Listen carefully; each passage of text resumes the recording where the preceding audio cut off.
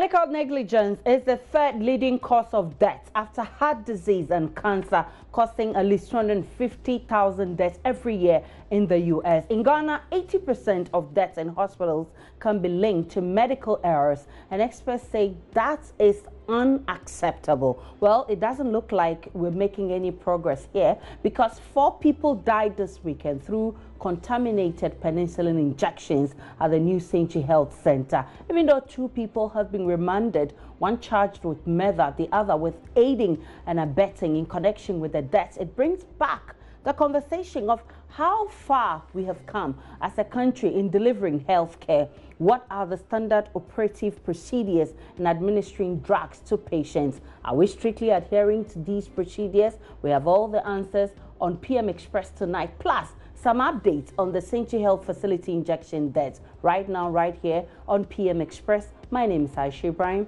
Please stay with us.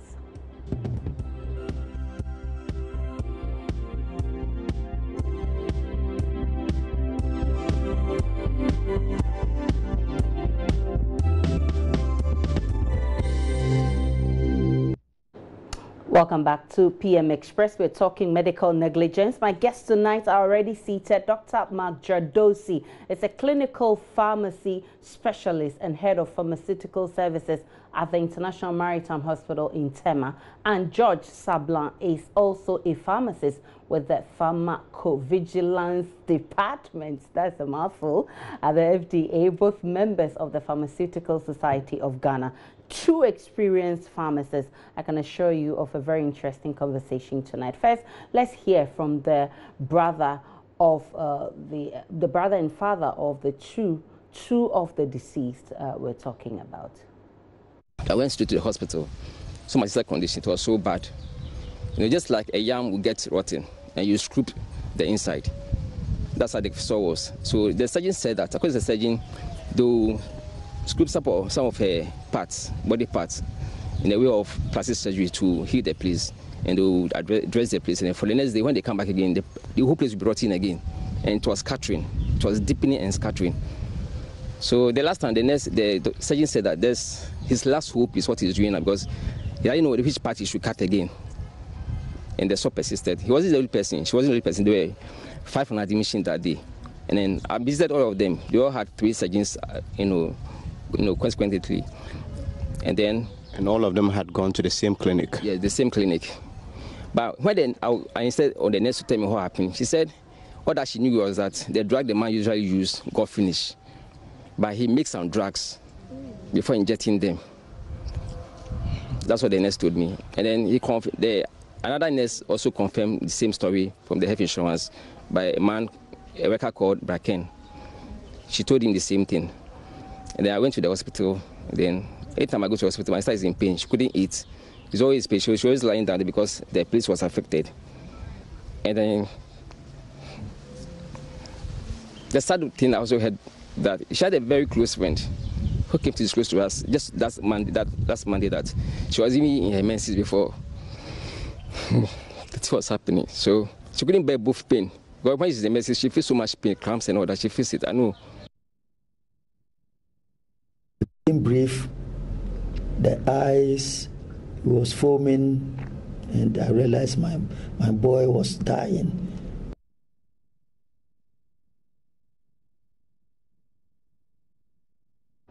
So you heard from a brother and a father of the two of the 4 people who died at the New Century Hospital. Let me say welcome to the show to my guests. Good to have you, gentlemen.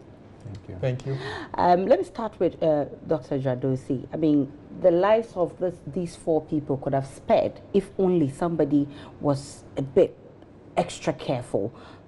But here we are telling this story. 4 people are dead. This is not the first time we are hearing this. How does all of this strike you? Well, it's sad. It's sad. It's 2018, and we are still struggling with this in Ghana. But it's sad, and it's only 4 people here, or we say only, but that's a lot, considering the fact that an action by a healthcare person has led to the loss of life. So it's quite sad. Judge, you're with the FDA, and I know that you've been following this event since it came up. What do we know so far? Thank you, Aisha. On Friday, the FDA came out with a press statement, which we stated that our preliminary investigation showed that somebody gave an injection, and that resulted in the 3 deaths at the time that we had a press release. For now, we all know there are 4 deaths. Like Mark said, it's sad that we are experiencing these incidents at this stage. But I like your intro because it's not only limited to Ghana. Medical errors occur all over the world. And in the US, as you rightly pointed out, is the 3rd leading cause of death aside heart disease and cancer. Yeah. So it occurs all the time. And what we need to do is that to put systems in place so that if it does occur, we prevent it from other people suffering from the same incidents. So far, investigations are ongoing. We had a team on the ground today, and we're told the samples of the tissue from the deceased were taken to Noguchi for analysis. And interview has been conducted for all the staff that were involved in these incidents. And as soon as the result come out, we'll get back to you and tell you. So for now, we do not really know the cause of these deaths. Okay, but your earlier report suggests that there could be some contamination somewhere. Yes, that's what, when the incident happened, we interviewed the District Director of Health Services. We interviewed those who were involved, and the information we had at that time was that they suspected the diluent used to mix the Bezantan penicillin might have been contaminated because the gentleman who gave the injection used the same solution severally for several days, and that might have led to contamination of the solution. But as we stated, these are preliminary findings, and this may change when the final result came out. Come out from the Noguchi memorandum, okay. And the investigations that are being done by the FDA and the Ghana Health Service. Okay. Yeah. In every profession, and I know for journalists, for instance, we have our code of conduct. Yeah. And so I know that you also have some standard procedures that you must follow. What does this procedure say? And I know that Dr. Jadosi, you're part of the editorial team for the your standard operative measures, treatment guidelines for healthcare professionals. What does this guidelines talk about? Basically, I'll start even from the preparation process. With medicines, the Pharmaceutical Society of Ghana,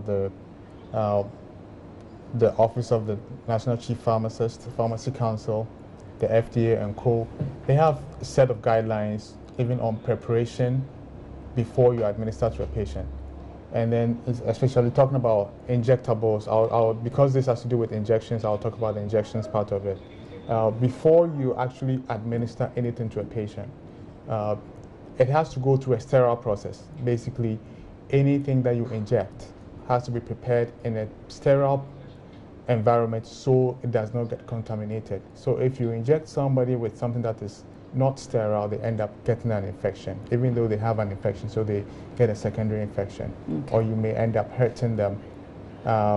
So for pharmacy, I would say that what I see is the fact that with Ghana Health Service, or in our healthcare hierarchy, the tertiary institutions, which are like Kolebu, Konfanoche, and the teaching hospitals, they actually have more pharmacists and more staff, and they are able to adhere to this standard operating procedures, which are the quality standards or the standards of care to make sure that what the patient gets, the type of treatment the patient gets, is top-notch.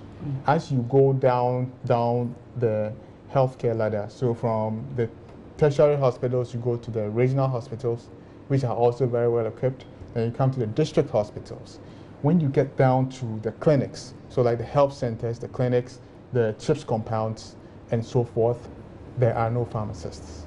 Okay. So and that's where much of the problem these exists. problems exist because you get to the point where there are medicines in the facility, but the people that are supposed to either control or even dispense these medicines do not have the necessary expertise or the knowledge base or qualifications to do that type of work. So that is where a lot of these problems come in. For example, at the Senchi facility, if it were a place like Kolibu or Ridge or somewhere where there's a pharmacist, they would probably intervene and tell the healthcare person that you cannot keep normal saline for 3 days or 4 days and repeatedly use it. Keep on puncturing it. Okay. Because it has what we call a beyond use date. Once you puncture that thing or open it within 24 to 48 hours, it has to be discarded. Otherwise, then the contamination comes into play. The second thing is the fact that every injectable, if you have to mix it, comes with something we call diluent, which is what you use to mix it that is compatible with the powder so it doesn't cause what we call a precipitate. Okay. So if you do not use the correct diluent, and like the report said, the benzathine penicillin had to be reconstituted with sterile water for injection. They used the wrong diluent. Okay. So that is two things going right there. So for us, we have this standard operating procedures which guides us with what we have to do. I have to admit that it's not every facility that follows it to the T, but for the most part, wherever there are pharmacists and they are at post, they try to make sure the right things are done. That's very sad to hear that it's only the huge teaching hospitals, the big facilities that have pharmacists, but the people in the rural areas in district hospitals don't have pharmacists. Yes. And we're talking about health. One life lost is too much, it's too expensive, and we can't continue like this. Let's talk about the pharmacovigilance department where George comes from and your mandate in, I mean, first of all, so that I don't get you wrong, what is your mandate, the pharmacovigilance department? If you haven't problem with pharmacovigilance, you can say medicine safety. Yes. Yeah. What we do at the Food and Drugs Authority is that we make sure that we have a system in place where at every health facility, if you observe anything untoward of any medication, you report back to the FDA. So what we do is that we have contact persons, we call the institutional contact persons in almost all health facilities in this country. So what they do is that if there are adverse event or side effect, they report back to the FDA. And this institutional contact person acts as a link between the institution, the healthcare workers, and the Food and Drugs Authority. So anything that happens in the facility relating to the safety of medicine, they report to the FDA. And in 2016, we also launched a system called the Patient Engagement in Medicine Safety, where we designate community pharmacies as patient safety centers. So assuming you are within a community and you have side effects or anything untoward with your medication, you just have to report to your community pharmacy, and then the report gets to the FDA. And when the report gets to the FDA, what we do is that we do what we call causality assessment on the report. We have a committee of experts, 30-member committee. We have two committees in place now, one for vaccines and biological products, and one for medicines, medical devices, and cosmetics. So they look at these reports and they do causality assessment. So what they do is they look at, okay, can the drug cause this event, or does this drug cause this event? So they try to answer these questions. They look at the time relationship. They look at the patient. Are there any other things that can cause the event? They do all these things. Then we get back to the facility and inform them that, okay, we received this report. Our committee has done the causality assessment of this report, and they said it's a drug or it's not a drug. Then we also advise the health facility if there are issues wrong with the system. So what to do to prevent this event from occurring in the future. So this is what we do at the FDA. Wow. So And of course, if you're doing all of this, it means that you should have some monitoring mechanisms to ensure that, I mean, what you're saying is being done at the facilities. But the danger also is that if there are no pharmacists there, then you're assured that you will record some of these incidents. It's a bit dicey there. But let's get an update of the Senchi issue. We're told 2 people are arrested. In fact, they are on remand. And one has been the prime suspect charged with murder, and the second aiding and abetting crime. Let's listen to the DCE of Sojaman, Samuel Ajiman, with some updates. He spoke with Arabakum Singh earlier on. We were arraigned at the St. Magistrate Court. The boy was charged with that provisional charge of murder, and the other man with abetment of crime, and they've been remanded by the court. The Deputy Minister of Health is here. The Deputy Director General of Ghana Health Service is here. The Regional Director of Ghana Health, I mean, a host of them. They are all here. We met this evening at the clinic, and from there we went to visit one of the victims' home. We are on our way to visit another victim's home. So definitely the health authorities would have something to give to the family. Tell us, how could they have operated on the blind side of the health authorities? That is part of the investigations that is being conducted. My understanding is that this man has been operating this clinic for about 22 years, and he's been doing the same work as a disease control officer. And for 22 years, he's been doing the same thing.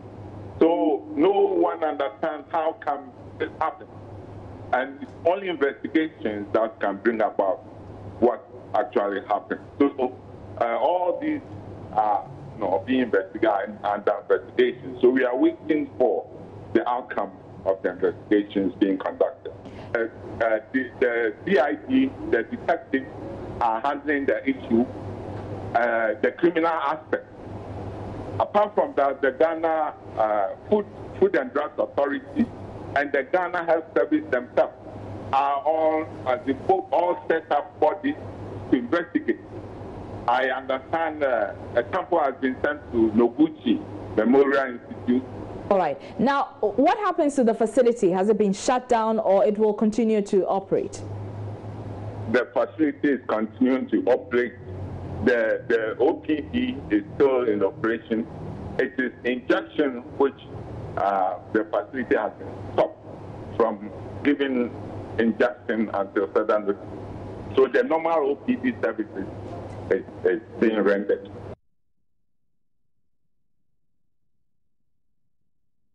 So Samuel Kwame Jekum is the DCE of Sojaman, and he's been updating us on what is happening on this matter. We'll be following it up and get you all the details you need as it unfolds. But Dr. Jaradusi, it's obvious that people are not following the procedures, and it's very worrying. Should we just sit down and cross our fingers and wait for a day that some miracle will happen, then we don't hear of some of these things?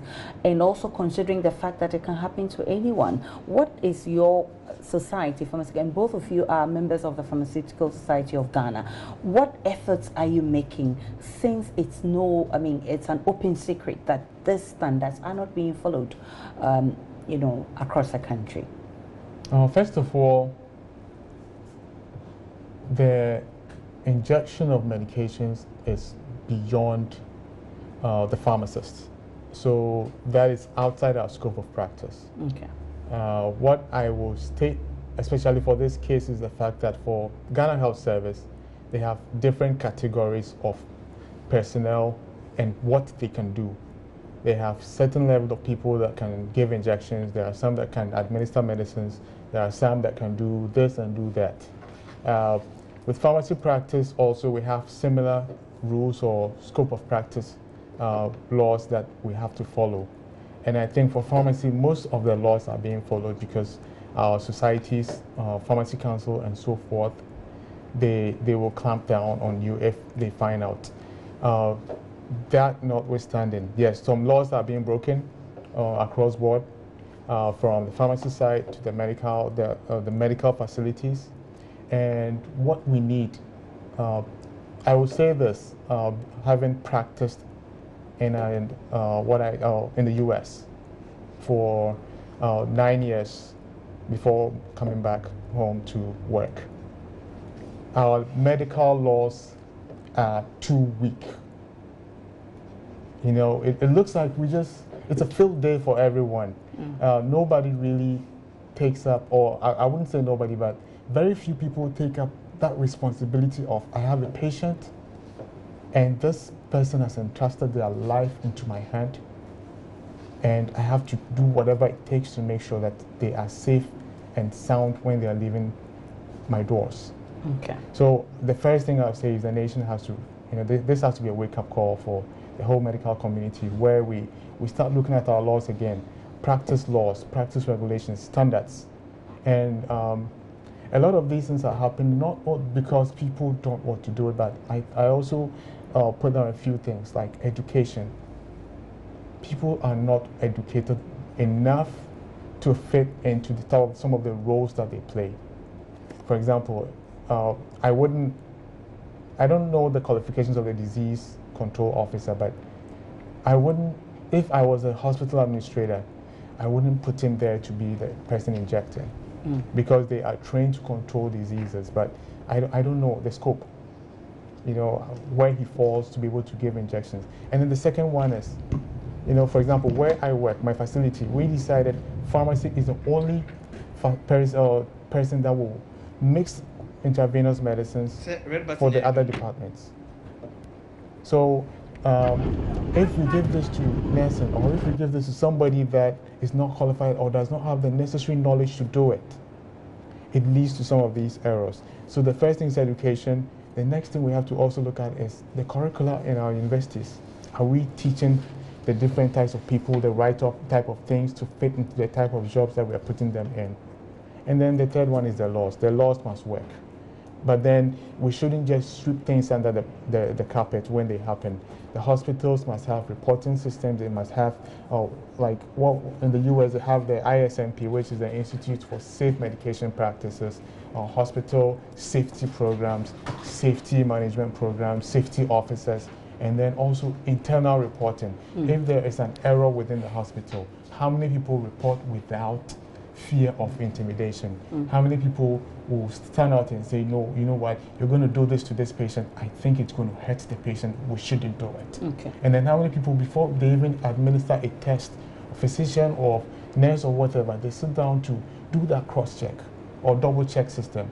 Oh, please come double check this with me to make sure that I am not going to hurt this. In this particular instance, it could have been prevented, because if you're mixing something and you know that after 24 hours, 48 hours, it must be discarded, why do you continue using it? Yeah. So it's all about standards, but then we just have to, it's a wake-up call for the whole nation. And there has to be punishment. There are some of these things that we let people go too loose. So the next person will come and say, oh, well, this person did it. They got away with it. Why not? I can also do it. I can also do it. Yeah. And what baffles me is the fact that the hospital is still in operation. And if you heard the DCE, he said they are still operating, the OPD is still operating, but they are not injecting people. I find it difficult to understand how that will work. But let's see what mechanisms you have at the FDA, the Pharmacovigilance Department. What monitoring and evaluation mechanisms do you have in place, and whether that is working? Yeah, I'll limit this specifically to medication errors. What we do at the FDA is that we encourage health workers to report medication errors, because these are not punishable. The reason why they are not punishable is that medication errors can occur anytime, and it may be due to different factors. First, it may be due to patient factors. Patient factor in the fact that if a patient cannot read a leaflet well, the patient, assuming you write, maybe take 1-2 times a day, the patient cannot read whatever is there, the patient will take the wrong dosage. Yeah. That's an error. Right. It could be due to healthcare professional factor. If, assuming a healthcare professional is supposed to give a drug A and ended up giving drug B, that's a medication error. And this error may be due to the fact that the healthcare professional or the two drugs are looking very similar. And then thirdly, medication error may be due to a system factor. Assuming the health worker is so busy, you have only one, maybe pharmacist serving thousands of patients. The person is tired and can make errors. So if these errors are reported, then we can look at, okay, what are the things that contribute to these errors, and then we try to prevent them in the future. If it's a patient factor, patient cannot read the label well, we try to increase the font. If it's a system factor, the healthcare worker is so tired and cannot, is serving so many patients and is so tired, then we increase the number of staff. So there are so many systems that we put in place. But doctors, we know that doctors shouldn't take care of more than 50% a day or something like that. But that's in theory. Yeah, and I know it doesn't work. Yeah, it doesn't work in this country where we have a few doctors serving thousands of patients. So that's why medication errors are not punishable. Okay. They are not punishable. So we encourage that they are reported. If it's reported, then we set up systems to prevent this from occurring. So if investigations, for instance, in the Senchi case, investigation revealed that this is an error, and we look at what caused this error, then we try to prevent it from occurring in the future. So these are the systems that. Well, there are those who feel that your monitoring and evaluation mechanisms are not strong enough, and probably that's why we're seeing some of these things. But let me go on the phone line and speak with Sidua Ho, who is with the Africa Platform for UN Universal Health Coverage. Okay, so my director just signaled me we should take a break. So Sidua Ho, please hold on there for me. We'll take a break. When we come back, we'll hear from you.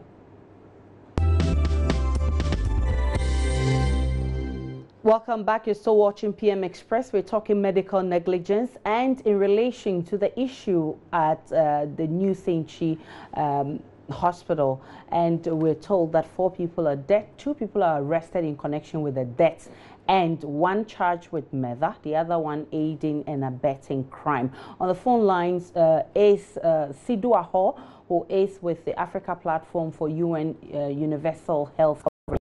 Good evening to you. Many thanks for joining us on PM Express. 4 people are dead, and told it's all because somebody was negligent. How does all of this come across to you? It's very sad and very unacceptable. Things like this shouldn't happen in this day and age. And I think that as a nation, we must move to a point where people must be held accountable, and we shouldn't do the usual Yampanyanami, because somebody has lost his father, somebody has lost probably his mother, somebody has lost a sister, and probably somebody's been made motherless or orphan as a result of this. And so I think that people are responsible for this particular negligence. People are responsible for this death, and that those people connected must be held responsible so that we do not have a repeat of this very sad and unfortunate situation the next time. There are those who feel that our medical laws are too weak, including Dr. Dradosi with me here in the studio. What's your own assessment of our medical laws? What I don't know is whether the laws are weak or their implementation or enforcement is weak. I think the laws are not weak, but the enforcement, whether they are being implemented and enforced in a way that will make them relevant is the other question. And I think that is the issue we have to look at. The enforcement probably is weak, and probably implementation. So that's what I think about it. And it also has to do with what supervision and reporting lines. You know, because in this case, I understand the gentleman is the disease control of what is a retired disease control officer, and that I have had phone calls, in fact, with 3 different people who work with the Ghana Health Service in that district. And my understanding is that that man is a retired disease control officer, but he's been providing skin care services to the extent that he provides drugs, etc. So I'm wondering why he's providing those services, knowing that he's the disease control officer. And disease control officer, that's not the role they're supposed to play. Yeah. So it means that somebody has engaged him, and that person, we need to find out who that person is, on what basis did he engage that person, because that's not what he's trained to do. You know, and so for me, I think we need to get to the bottom of this issue and make sure that all those connectors are brought to book, so that that wouldn't happen in Accra, in that district, in any other part of the country. But how do you react to news that in most of the small facilities, we don't have pharmacists who will ensure that for instance, the right dosage is given, the right mixture is done, and all of that? It doesn't come to me as a surprise, because that is what the situation is, because I've moved around this country and I still do, and I know that most pharmacists usually don't like to go to the rural areas. So for me, it is again the issue. You know, we had a discussion in your studio about this medical professional distribution or equity issues. Again, yes. It goes back to the human resource for health director of the Ghana Health Service. They will have to find ways of making sure that we have pharmacists at least the district health facilities. We may not have them at the lower level facilities, but at least the district health facilities, who from time to time may have some average or provide some oversight responsibilities at the lower level facilities. But if we do not have pharmacists at the district health facilities, then it is not possible to have them at the lower level. And as we continue to train, then we can make conditions a bit comfortable for their work at the lower level facilities by making sure that we have the facilities they need to perform their duties. But if we don't do that, then it is difficult to attract them to these areas. So it's a system issue. It's a health system issue, which we have to look at in terms of the human resource distribution, and then the health facilities and the equipment they need to provide the services that we need. So if you like, it's a systemic failure. But of course, we are running out of patients. We need to end medical negligence now. We don't have the patients. And of course, we can't also boycott the hospitals, because whether we like it or not, we'll be going to the hospital. And then on top of that, it could happen to anybody. It could be you, your family, any member. So of course, you cannot turn a blind eye to this. How do we resolve this issue? What do you recommend?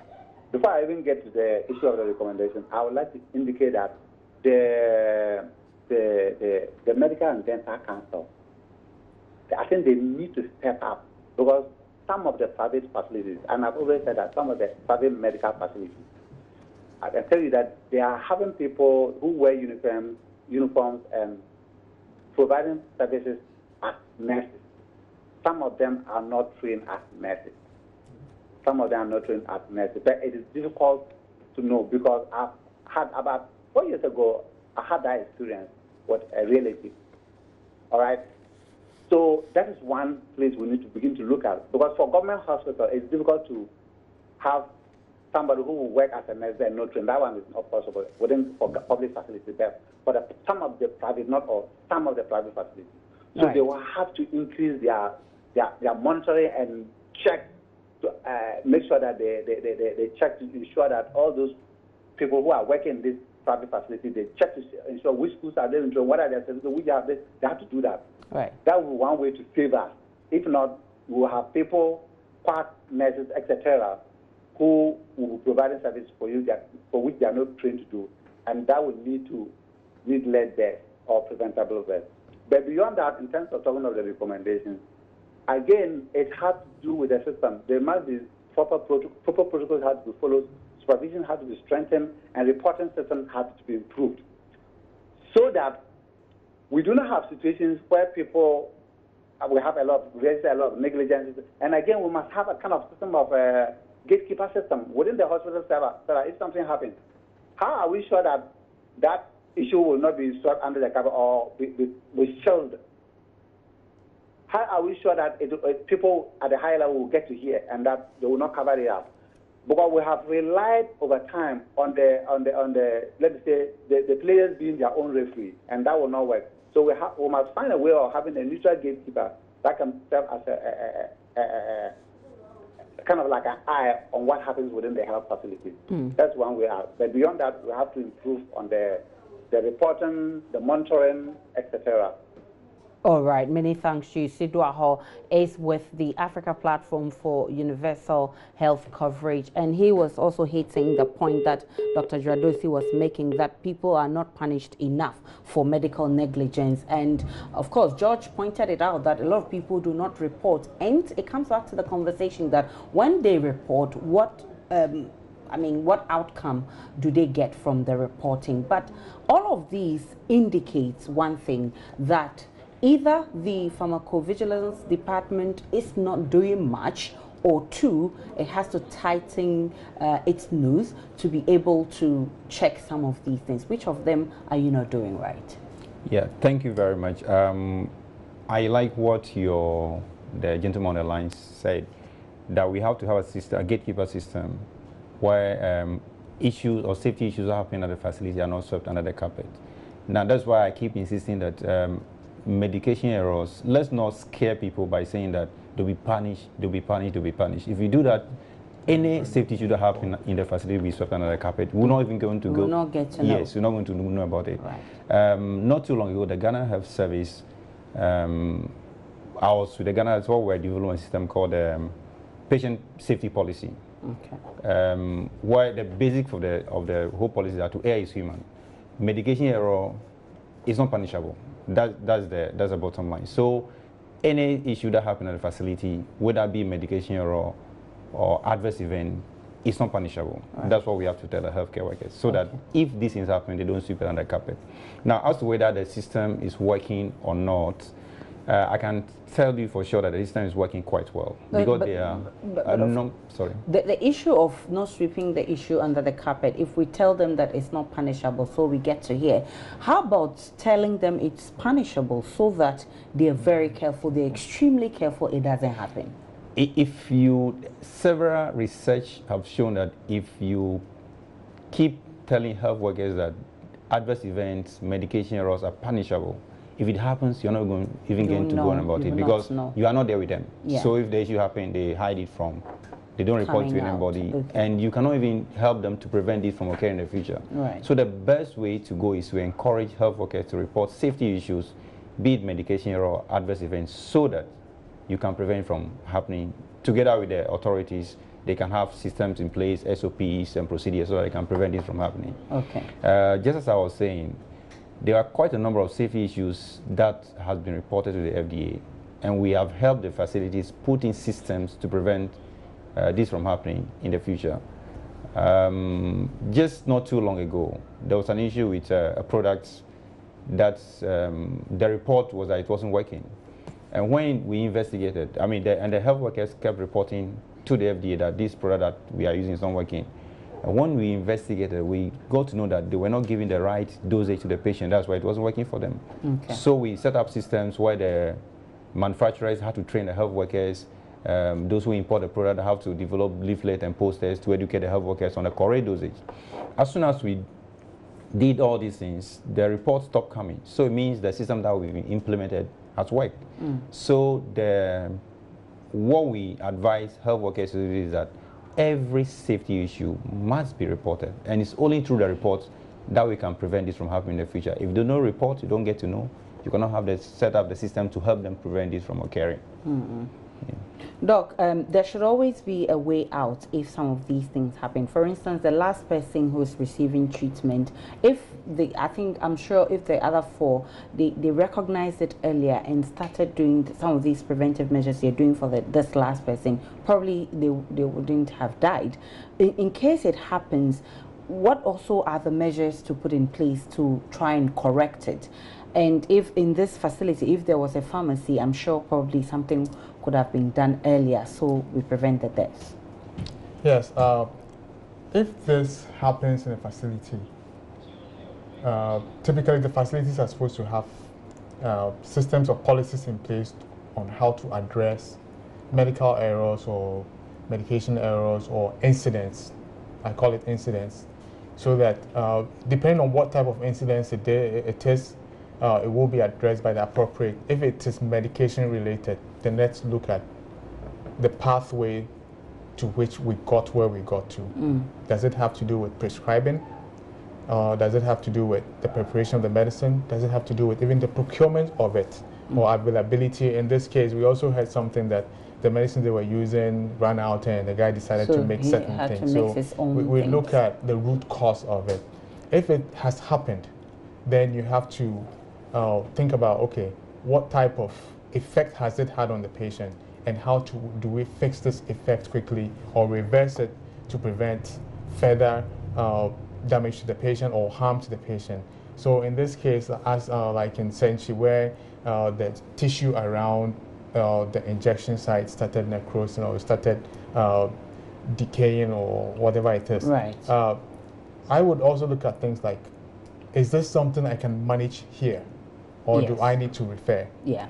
So in that case, yes, they went to Akosombo, but did Akosombo have everything it took to manage it, or do they have to push them somewhere else? So many things come into play. Depending on what it is, you find a way to manage it. Okay. And the key thing is that each facility should have a system in place, policies in place, a document that addresses incidents when they happen, and the direction on which way to go. We'll get to hear from the public what you think, and we have some messages on Facebook. We'll try and pick them shortly. But before we went on the break, I was wondering why the hospital is still in operation, and we're told that the OPD is still operating, but they are not administering injections. I mean, how does this work, and is this enough to compensate the public for the 4 people who have lost their lives? For this one, I think the Ghana Health Service looked at all the possible actions that had to be taken, and also looked at their policies on facility operations, what they can do and what they cannot do, basically what a clinic in the caliber of Senchi can do and what it cannot do. When incidents like this happen, it doesn't mean you have to totally shut down the facility. One of the conditions will be if they do not have the necessary staff to remain operational. So in this case, I believe they did their assessment and they realized that at this point, what had to go or what had to be shut down was the injection process, and that is why they've taken that decision. Well, George, in all of this, the FDA has been collaborating with the Ghana Health Service in trying to resolve this matter. Do you know why the hospital is still operating? Just to add to what Mark has already said, when an incident happened, I'm sure that Ghana Health Service reviewed a list of things that they have to look at. And I think New Senchi Health Center and the gentleman who was giving the injection was the main source of the worry, was taken out. You do not deny the entire community from accessing health care because a single incident has happened for which you know the true cause. So far as the danger was removed, I think it would be unwise for the entire community to be denied access to health care. I believe that's why the Ghana Health Service still keep the facility open. Okay. So we'll be monitoring events there, but let's check out what people have been putting on Facebook. And Casey Apia now says, my uncle Kojo is gone because of this injection. Uncle, we seek justice for you now. And she gets some replies there. Laurie says, he should have just stayed home. And Kezia says, oh sis, say it again, I'm shattered. Nana Eya Abraham comes in to say, administering wrong prescriptions is the leading cause of deaths in Ghana, but patients, clients and their relatives are ignorant about the death of their loved ones. The most painful part is doctors and nurses won't allow you to ask any question concerning your own health when you visit their facilities. Please, clients, patients, ask questions and do insist. That's quite a long one there. Let's go to Godspeed Godson says, leading cause of death in Ghana, according to who? Don't throw dust into people's eyes. Okay, so that's a reply to the earlier comment. But Godspeed, I think 80% of the cases have to do with medical errors. And Naneya Abraham comes to say, I hear you, at least I'm not fighting you, boss, but go around and investigate it yourself. Okay, so let's go to the other messages. Kwabena Awindango says, also, the contents of a patient's folder are private and confidential. You as a relative have no right to the folder and its content unless it is requested by a law court. It is always in your best interest to engage your doctor directly and ask questions about your health and medications. Naneya says, Kwabena Awindango, I get your point. Everything in the folder is confidential. Okay, so let's go to the next comments. These are replies. Bediako Doris, okay, says, so she's also responding. She says, Godson, okay, that's a lot of it was a banter over there. Kwabena comes in to say, please, why are you more worried about statistics and not the problem? What if it is the number 100 cause of death? Is it acceptable? Let's face the fact, our healthcare workers are not competent, and bullies, they bully patients. Okay, Sami Kwe comes in to say all those fake nurses must be arrested and prosecuted. They are the agents of the devil with their master Satan. Theophilus Esiam comes to say that facility do not even have a doctor. Only nurses administer everything.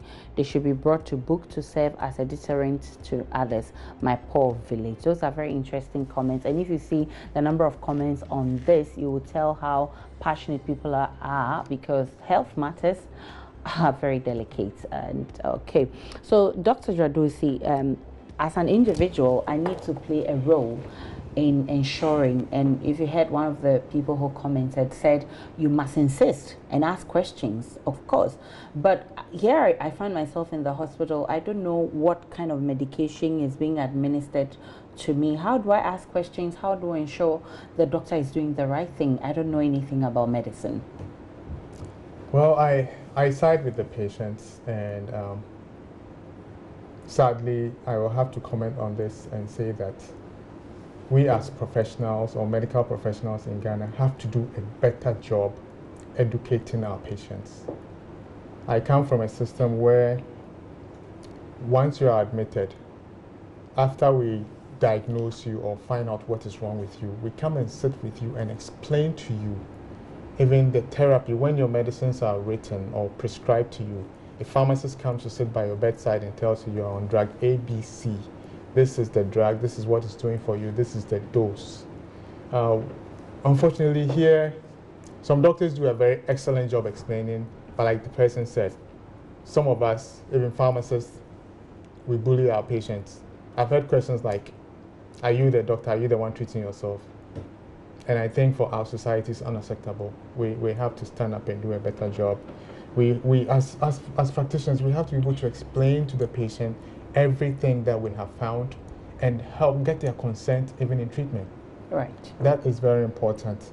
And then aside from that, aside from just keeping the patient posted, one of the things that's really going to help prevent medical errors is going the electronic medical health record way. Digitalize or make everything electronic. Physician, so any other doctor that comes in knows. Yes, and then also hand-offs.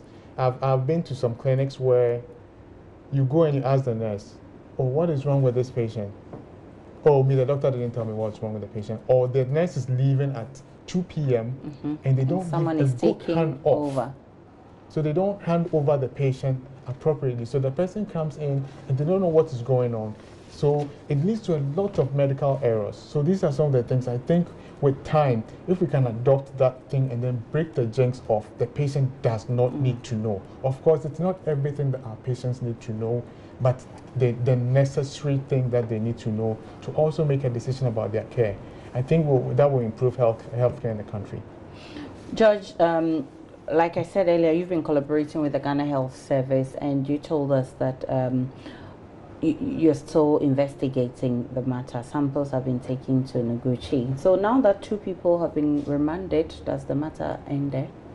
No, I would not say the matter has ended. 2 people are in police custody. Investigations are ongoing. And I believe the Ghana Health Service, together with the FDA, needs to know exactly what happened.